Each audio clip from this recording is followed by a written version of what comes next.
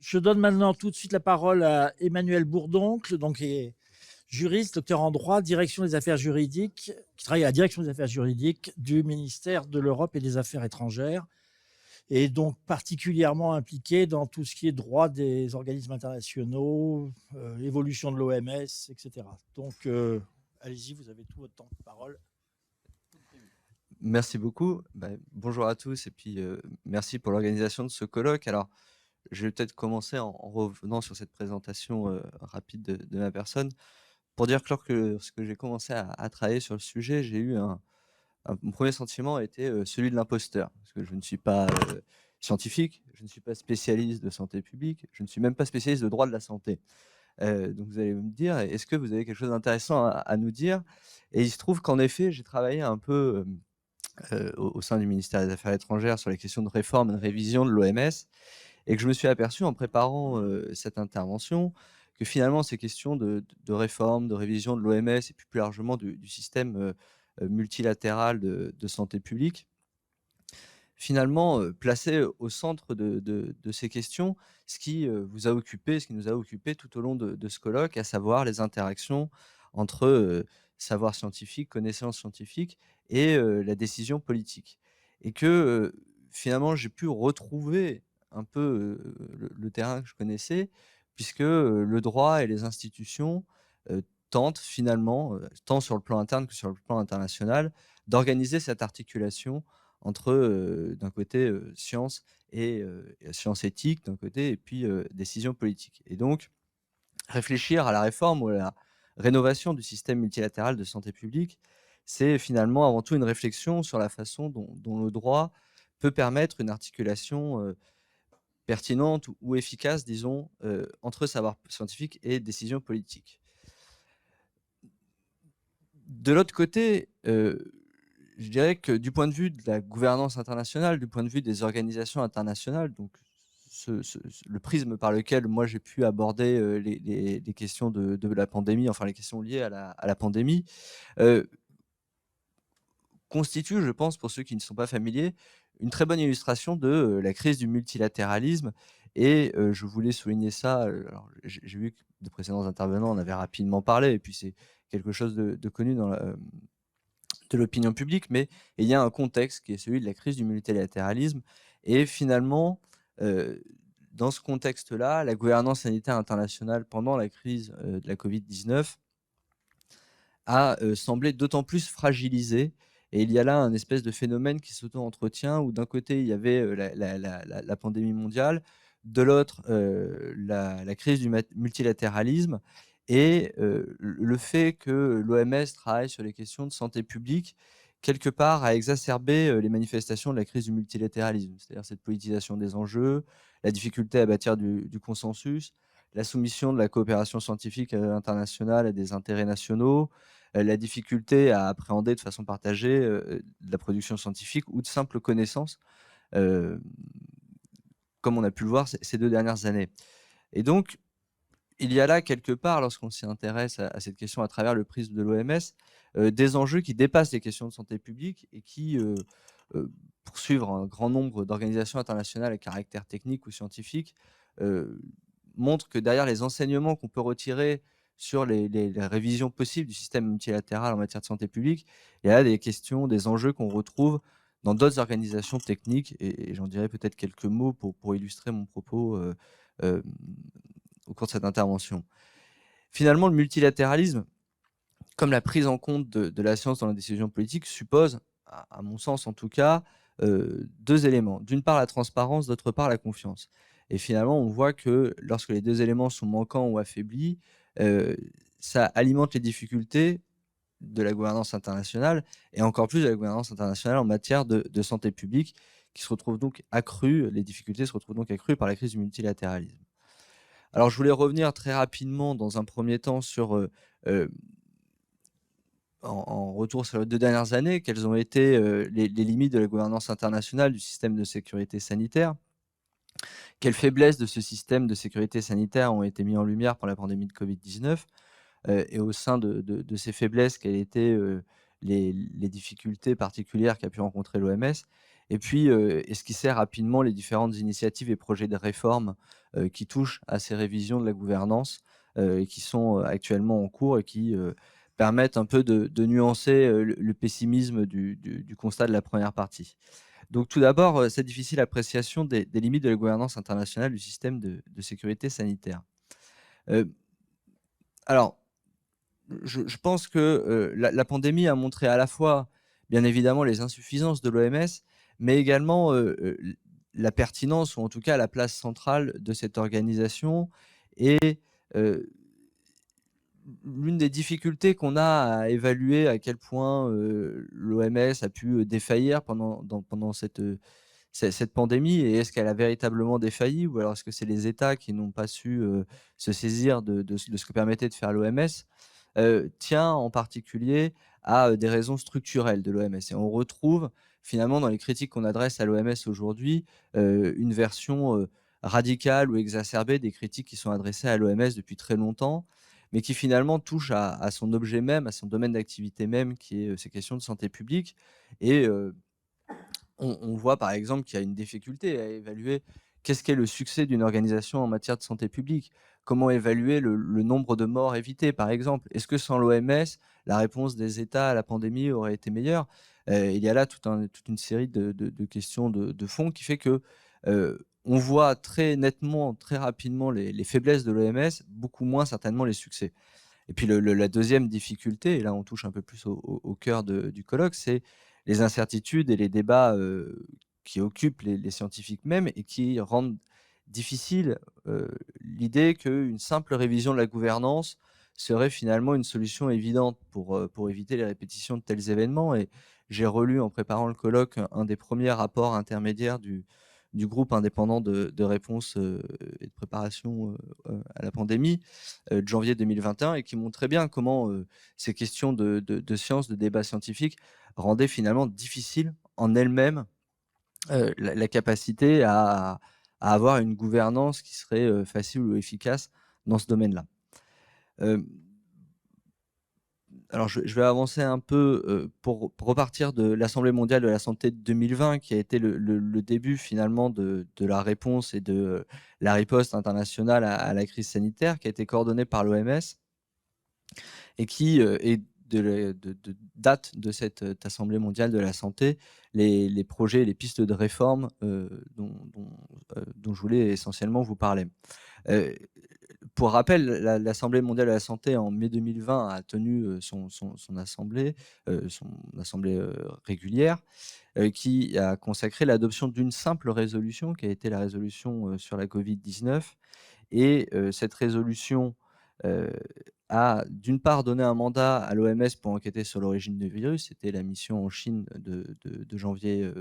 2021, et d'autre part a lancé toute une série d'évaluations indépendantes qui préfigurent les projets de révision et de réforme qui sont actuellement en cours, notamment à travers la constitution du groupe indépendant sur la préparation et la riposte à la pandémie, qui a été chargé donc de conduire une évaluation sur ce qu'avait été la réponse de l'OMS, mais aussi des États à cette situation de pandémie. Deux éléments à retenir, je trouve, de cette résolution et de ce moment Assemblée mondiale de la santé, c'est d'une part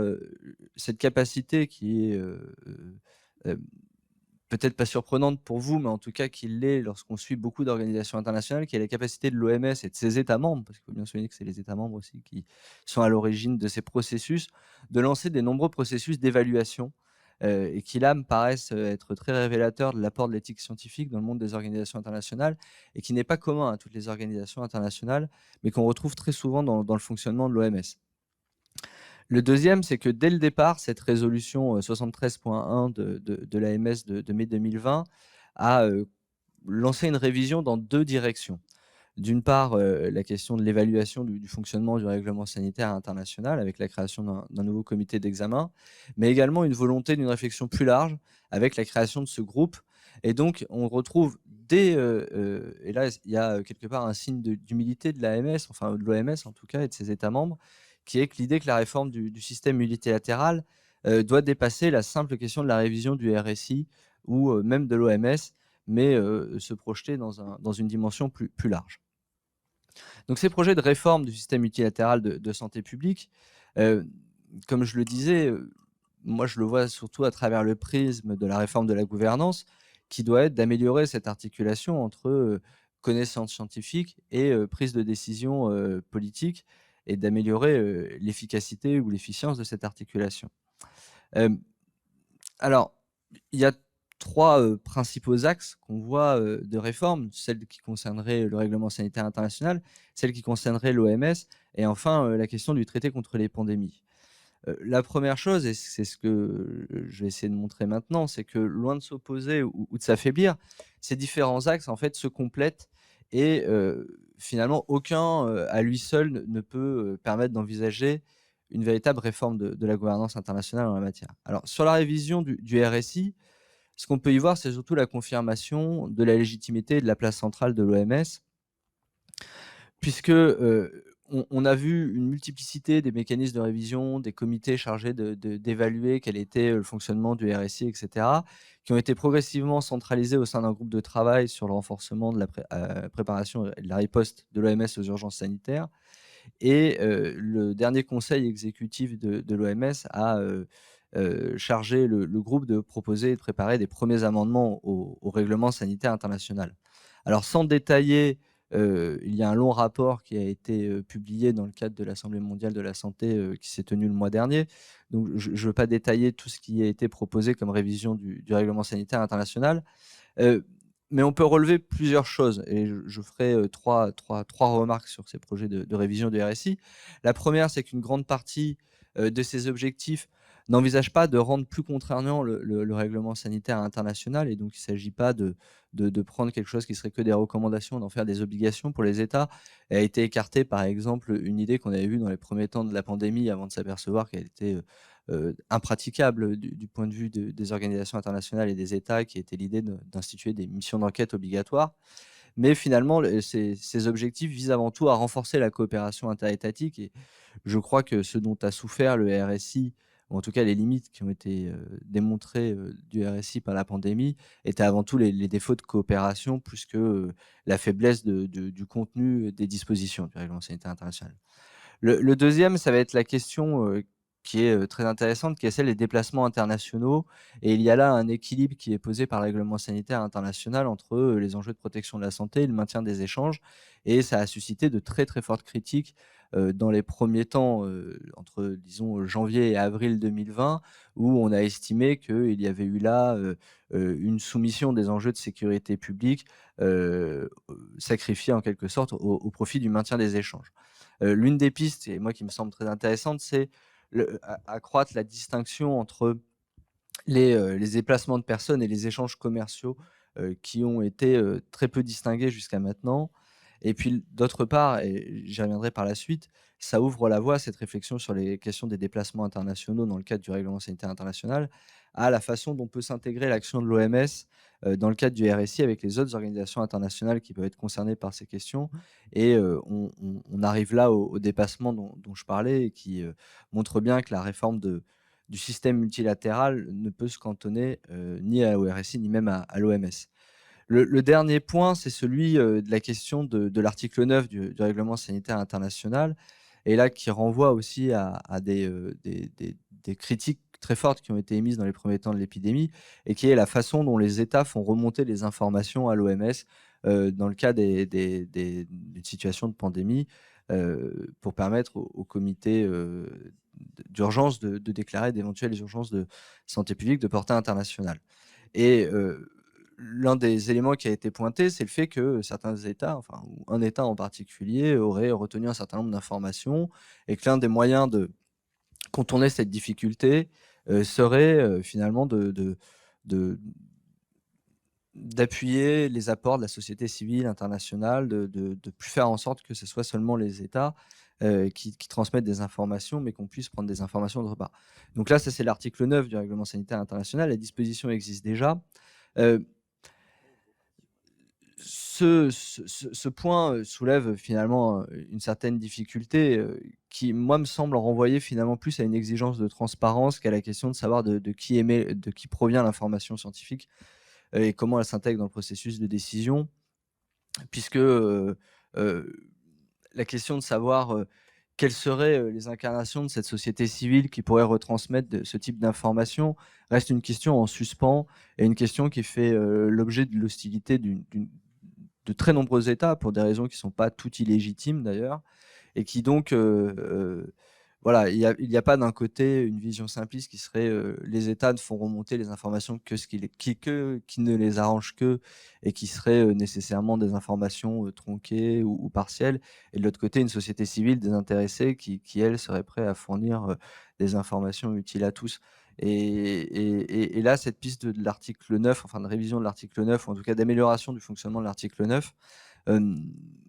soulève de fortes difficultés et sera, à mon avis, un point difficile de révision du règlement sanitaire.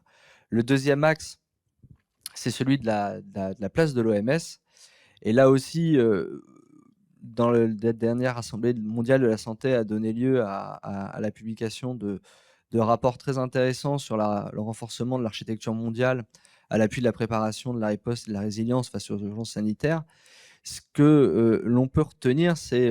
tout d'abord le fait que ces réflexions ont été centralisées au sein de l'OMS. Et ça, c'est très intéressant parce que c'est vrai que si on revient au premier temps de la pandémie où l'OMS était très fragilisée et très critiquée, il était peu évident, si vous voulez, en février ou mars 2020 ou même avril 2020, que 2 ans après, on se retrouve avec une OMS qui est chargée de coordonner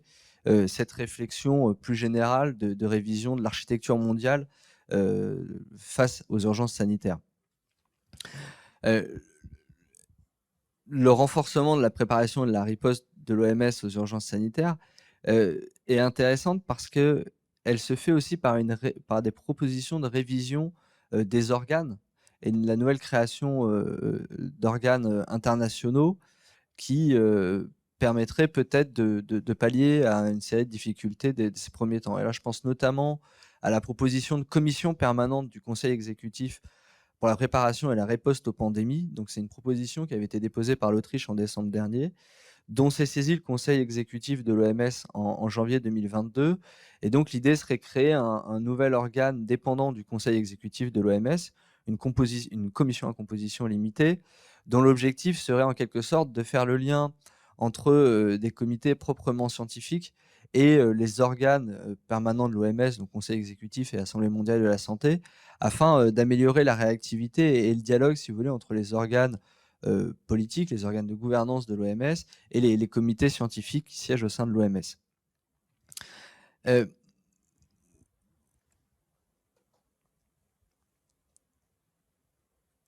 Alors, comme je le disais, cette révision du RSI ou ces projets de réforme de l'OMS restent néanmoins insuffisantes pour faire face aux défis révélés par la pandémie. Et la place des États, leur responsabilité est certes essentielle parce que l'action des institutions internationales n'est finalement que ce qu'en font les États. Et à cet égard, derrière les critiques qu'on peut faire à l'OMS, il y a surtout les critiques qu'on peut faire à l'inaction des États, ou en tout cas au fait que tous les États ne sont pas arrivés à se saisir de tous les instruments que leur mettait à leur disposition l'OMS. Et j'en arrive à ce projet de traité contre les pandémies que finalement on voit comme là aussi pouvant s'inscrire dans cette action, dans ce renforcement du rôle de l'OMS, parce que le projet de traité contre les pandémies, il s'inscrit également dans le cadre de l'OMS. Et là, c'est une distinction que les juristes familiers de l'OMS connaissent bien entre les règlements de l'article 19 du statut de l'OMS et les conventions cadres de l'article 22 de l'OMS, qui ne renvoient pas tout à fait à la même logique, mais qui, dans un cas comme dans l'autre, sont le symbole de la capacité de l'OMS à mettre en relation les États pour qu'ils adoptent des textes juridiquement contraignants, internationaux, en matière de santé publique. Et donc ce projet de traité contre les pandémies, il est à la fois le signe d'une volonté de réaffirmer la place centrale de l'OMS, mais aussi le moyen d'envisager une réforme plus large de l'architecture multilatérale de santé et peut-être d'envisager l'avènement d'un véritable droit sanitaire international. Donc, les négociations sur cet accord ont commencé. Elles ont été lancées lors d'une session extraordinaire de l'AMS en décembre 2021. Ce qui est intéressant, c'est qu'il s'agissait seulement pour la deuxième fois de l'histoire de l'OMS de la réunion d'une session extraordinaire de l'Assemblée mondiale de la santé. Et ça montre bien, je dirais, 2 choses. D'une part, le souci de coopération internationale qu'il y a derrière, ce projet de traité contre les pandémies, mais aussi, la place, heu, de l'OMS, puisque les États se sont tournés vers l'OMS pour lancer ce projet de traité contre les pandémies et ont été prêts, comme vous le voyez, à se saisir toutes les possibilités offertes par l'OMS, notamment ces possibilités de réunion extraordinaire de l'Assemblée mondiale de la santé, pour lancer ce processus d'élaboration et de négociation d'une convention. Et donc, il y a un organe intergouvernemental de négociation qui a été mis sur pied, qui a tenu sa première réunion en mars 2022, qui doit présenter lors de l'Assemblée mondiale de la santé en 2023 un premier rapport sur l'état d'avancement de ses travaux. Et le calendrier actuel prévoit l'adoption d'un tel instrument en 2024. Ce qui est intéressant dans cette convention et dans ce projet d'accord, pardon, c'est le renforcement de la coopération internationale et donc euh, d'envisager les questions de gouvernance internationale en matière de santé publique de façon plus large qu'à travers le simple prisme de l'OMS ou du règlement sanitaire international, à travers notamment le fait qu'ils mettent en avant le concept une seule santé, qui a été d'ailleurs repris par le groupe de travail sur le renforcement de la préparation et de la riposte de l'OMS aux urgences sanitaires, et qui a eu un premier résultat très concret cette année puisque, l'AMS, pareil de mai dernier, a acté le renforcement de la coopération entre organisations, concernées par ces questions d'une seule santé puisque, au triptyque FAO, OIE et OMS est désormais ajouté, le PNUE. Donc derrière ce traité contre les pandémies, il y a un objectif d'amélioration de la coordination scientifique et technique dans la réponse aux pandémies, heu, qui passe par une implication plus forte des États, et c'est pour ça, sans doute, que, le projet de traité contre les pandémies est plus intéressant que le projet de règlement sanitaire international. C'est parce qu'on sort un peu de le RSI est un instrument, heu, qui est certes accepté par les États, mais qui est une réglementation qui est perçue comme provenant de l'OMS. L'intérêt d'une convention cadre, telle que le serait le traité contre les pandémies, c'est de permettre aussi une implication plus forte des États et du coup la logique, juridique derrière ces 2 instruments n'est pas tout à fait la même. Pour conclure, je dirais que la révision de la gouvernance internationale dans le domaine soulève, 2 enjeux. D'une part, la question de l'adaptabilité, et là on retrouve la question de la transparence, qui, ne doit pas nécessairement être absolue ou non encadrée, et là, je reviens à ce que je disais sur, l'incertitude et les débats scientifiques qui peuvent nourrir parfois, une certaine défiance ou en tout cas fragiliser la légitimité des décisions politiques, y compris d'ailleurs sur le plan interne. D'autre part, heu, le en introduction, j'évoquais, le duo, confiance et transparence. Si je le reprends en conclusion, je dirais que de l'autre côté, on a, cette volonté, du point de vue de la confiance, de travailler la complémentarité des initiatives, pour rechercher ce qu'on va appeler une solidarité fonctionnelle, c'est-à-dire une coopération, ça renvoie, pardon, à l'idée d'une coopération technique qui est considérée comme, moins soumise au contexte international et à la crise du multilatéralisme, et là-dessus, hem si on peut, lorsqu'on s'intéresse à ces questions, avoir une vision un peu négative de l'action de l'OMS, déplorer, les faiblesses de la coopération internationale, de la gouvernance internationale en matière, je crois quand même que les organisations internationales à vocation technique, scientifique, hem, permettent de construire plus facilement du consensus et en tout cas plus facilement de la coopération que d'autres, et un simple exemple, c'est que l'OMS est très vite saisie de ces questions de pandémie et est très vite intervenue. Je rappelais tout à l'heure que, dès sa première réunion, l'Assemblée mondiale de la santé avait pu adopter une résolution donc dès mai 2020, sur le Covid. Heu, de l'autre côté, vous avez l'exemple un peu dramatique du Conseil de sécurité des Nations unies qui n'a absolument rien dit, rien fait avant, je crois, la résolution c'était juin ou juillet 2020, donc plus de 6 mois après, après cela. Donc on voit, il y a d'autres exemples, je vais conclure parce que je pense que j'ai déjà plus que dépassé le temps qui m'était imparti, mais il y a beaucoup d'organisations à vocation technique. Je pense par exemple à l'IUT sur les télécommunications, mais aussi en matière de coopération spatiale. On a beaucoup parlé, ça a fait beaucoup de bruit dans les menaces qui pesaient sur la station spatiale internationale. Il faut rappeler que, par exemple, la coopération spatiale, même pendant la guerre froide, était particulièrement importante entre les États-Unis et la Russie. Et donc, on a sur ces questions scientifiques, techniques, la capacité de bâtir des coopérations internationales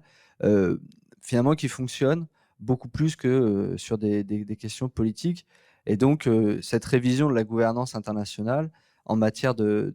santé doit, à mon sens, s'articuler autour de cette façon de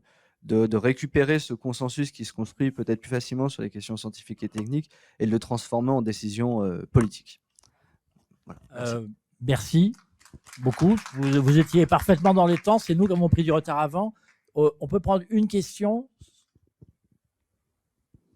Allez, pour vous.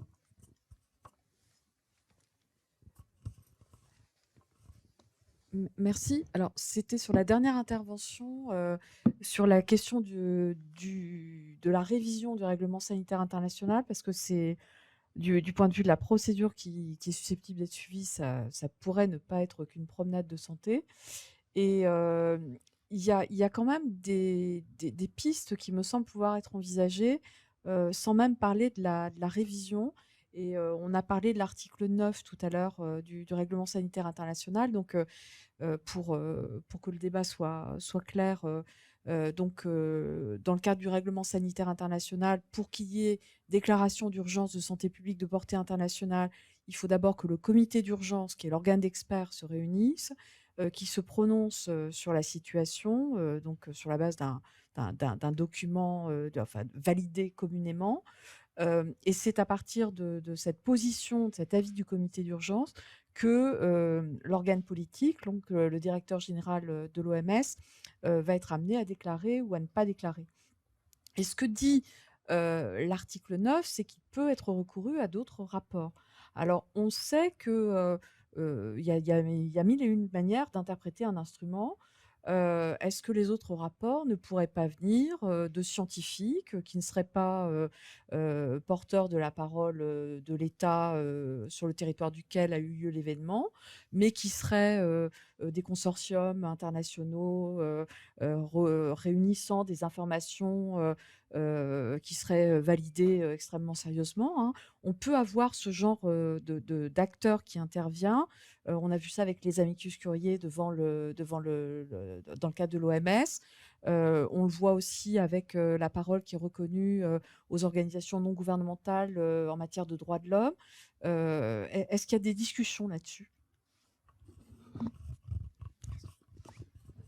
Alors, je, je vais essayer de faire une réponse nuancée parce que c'est certain que au début de la pandémie, lorsque a été mis en avant le fait que les autorités chinoises avaient peut-être ralenti ou différé la transmission d'informations à l'OMS, c'est vrai que l'une des réponses qui a été les plus évidentes, ça avait été de dire: mais servons-nous de l'article 9, poussons la société civile ou poussons les acteurs non étatiques à se saisir de l'article 9 et à faire remonter ces informations à l'OMS si les États ne veulent pas le faire. Et il y a d'ailleurs dans le cadre de la mise en œuvre de l'article 9 des dispositifs qui peuvent être activés un peu à la manière des lanceurs d'alerte pour protéger des personnes qui voudraient faire remonter des informations vis-à-vis de leur propre gouvernement. Donc finalement, quelque part, le mécanisme existe, la règle existe, la possibilité existe. La difficulté, c'est qu'il y a aujourd'hui, et ça c'est pas du tout propre à l'OMS, mais une méfiance ou en tout cas une réticence profonde de la part d'un certain nombre d'États à prendre en compte au sein des organisations internationales des éléments, des informations qui ne viennent pas des États. Et donc on retrouve cette difficulté à finalement comment accueillir la parole ou les informations ou les contributions tout simplement d'acteurs non étatiques au sein des organisations internationales. Et un certain nombre d'États ne veulent pas du tout en entendre parler. Ne veulent pas du tout entendre parler, d'accueillir au sein de comités, de donner la possibilité à des organisations non étatiques de prendre la parole, parce qu'ils estiment que les organisations internationales sont des organisations interétatiques, que la parole des États n'a pas la même valeur que la parole d'organisations non étatiques, et que les organisations non étatiques sont heu, plus facilement le jouet ou l'instrument d'intérêts qui sont pas ceux de l'intérêt de la population en général. Et j'entends, sans nécessairement partager beaucoup de critiques qui ont été mis à l'égard d'un certain nombre d'initiatives ou des actions, par exemple, de Bill Gates. Et je vois que finalement, les critiques que certains États peuvent émettre aux apports de la société civile, ou en tout cas à l'égard d'acteurs non étatiques, sont finalement partagées par les scientifiques eux-mêmes. Donc, moi, ce que je crains, c'est que dans ce contexte-là, toute information qui ne serait pas transmise par les autorités d'un État serait forcément délégitimée avant même d'être prise en compte par le comité. Et en tout cas, je le regrette. Enfin, en tout cas, je trouve que c'est regrettable. Je pense qu'il y a effectivement une piste à creuser, mais je pense que ça ne sera pas la première piste vers laquelle se dirigera la révision du RSI telle qu'elle est envisagée, quoi. Bon, merci. J'espère qu'il y a une concertation nationale et européenne, mais c'est pour, pour ce genre de questions. Alors, sur la révision très Ouais. rapidement, sur la révision du RSI comme sur Ouais. le traité contre Mmh. les pandémies, il y a enfin, c'est des initiatives qui sont très fortement soutenues et par la France et par l'Union européenne. Et je renverrai d'ailleurs très rapidement aux dernières conclusions du Conseil européen sur ces Ouais. questions-là. Il y a donc une volonté européenne très forte. Je souligne néanmoins que le projet de traité contre les pandémies n'est pas comme ça a pu être présenté de façon un peu critique parfois, heu, le seul enfant de l'Union européenne, mais que ça a été suggéré également dans les rapports produits par l'OMS sur les limites. Mais en tout cas, oui, c'est des initiatives qui sont très fortement soutenues par l'Union européenne, par ses États membres, qui font l'objet de travaux de coordination extrêmement importants à Bruxelles, et pour laquelle il y a une forte mobilisation des Très institutions bien. européennes et des États membres. Merci beaucoup. Je crois qu'on a appris aussi beaucoup de choses sur la manière dont vous procédiez.